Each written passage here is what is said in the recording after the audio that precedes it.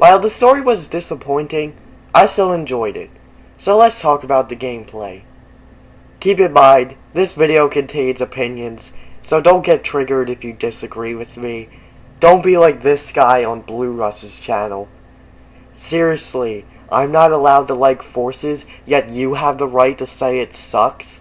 What kind of logic is that? But hey, I'm not gonna lose sleep over it. So, the game has 4 different playstyles: Modern Sonic, Classic Sonic, Avatar, and Tag Team.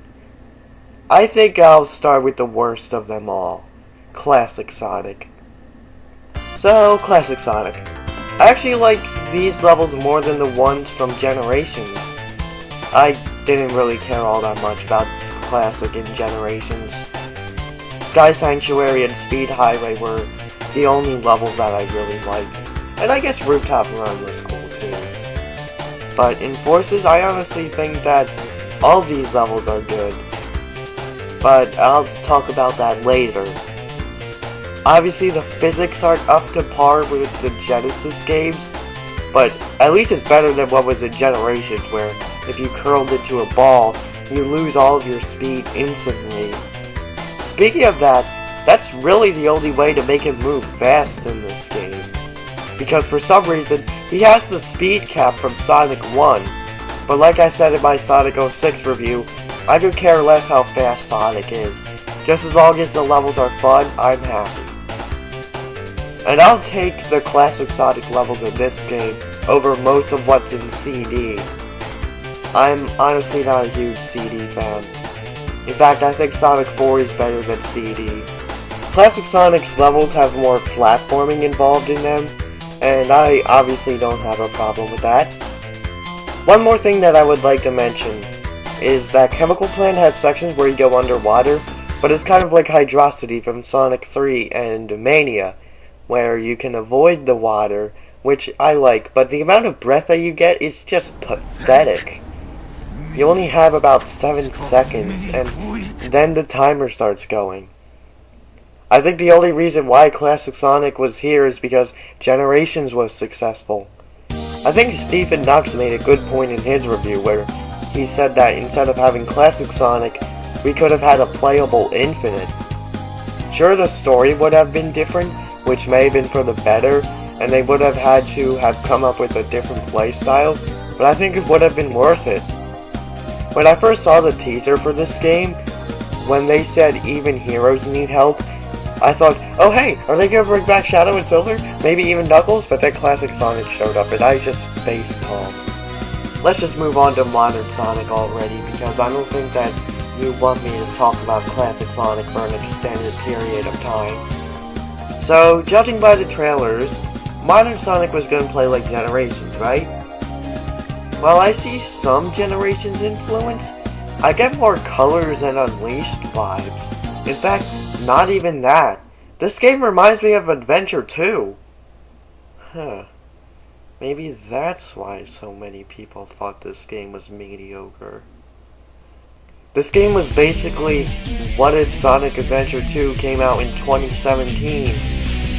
You have linear levels, which are pretty much just straight lines, kind of like Adventure 2.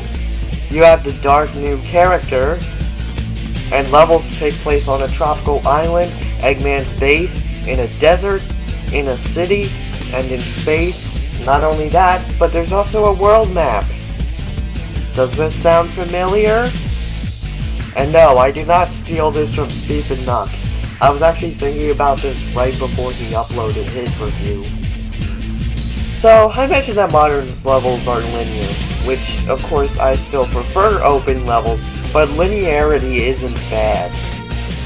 Modern has 2D sections, just like the other Bruce games, and I really wish that the stages were fully 3D, which this game does have some levels without 2D sections, which I can applaud, but I think it would have been interesting if Classic was fully 2D, Modern was fully 3D, and the Avatar was a combination of them both.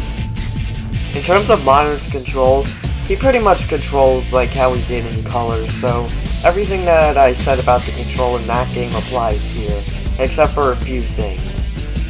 I said that Colors would have benefited from the spin dash since we weren't boosting all the time, but I don't think so in Forces, because you are boosting as if it's unleashed in Generations. Also, I love the air boost. You can just fly over everything. It's kind of like the spin dash in SA1, in a way that you could just skip over entire set pieces of the level. So Sonic is kind of overpowered in this game. A few more things. When you use the stomp, the sound effect plays when you press the button instead of when you land. And of course he has the slide, but when you use it on slopes, he gains momentum, almost as if he's rolling, so that's cool. And kind of like Colors, during quick stepping sections, you're required to quick step. Colors was able to get away with it due to its limited controller support, but Forces doesn't have an excuse. Same could be said about the lack of camera control. If only this game had one very important feature from Sonic Unleashed. Which feature exactly? Oh, I don't know. Camera control? Where is my goddamn camera control? I can see why Sonic Colors had to lose the camera control since it was on the Wii, which had limited controller support, but why is Generations lacking camera control? This makes no goddamn sense. I would have given so much more credit to Modern Sonic's levels if this game had camera control. I read somewhere that the game lacked camera control because Sonic Team kept running into this weird camera bug that would end up messing up the game's camera system, but instead of trying to fix it, they just made the camera automatic, and also have it awkwardly change positions whenever you run off course to look for something else. Why didn't they just fix the bug instead of ditching the camera control? Unleashed had camera control, and it worked so well! Ugh. He also completely lacks the drift in this game, which is disappointing, but I don't use it that much anyway. And there's only one section in the game where I thought that the drift would have come in handy. But that's how the cookie crumbles. In terms of level length, they're about the same length as Generations, 2 minutes long, which is too short for my taste, but this doesn't mean that the levels are bad. Again, more about that later. Before you say, but Sonic 2 had short levels, and you said that that game was your favorite classic Sonic game before Mania came out. Well, Sonic 2 was only the second game in the franchise, so they were still experimenting with what Sonic can do. In terms of level design, there's really nothing for me to say other than it's like the Act 1 and 2 levels from Colors and the Sonic and Shadow levels from SA2, so if you like those, you'll like the modern levels in Forces, which I thought that the Act 1 and 2 levels were the only good levels in Colors. Everything else was just incredibly mediocre, so if you're going to take inspiration from Colors in some way, shape, or form, I think that this was a good way to do it. As for my thoughts on the speed stages from SA2, I love them. They are my favorite 3D levels in the franchise aside from Unleashed daytime stages. As for Forces, I enjoy the modern levels in the game.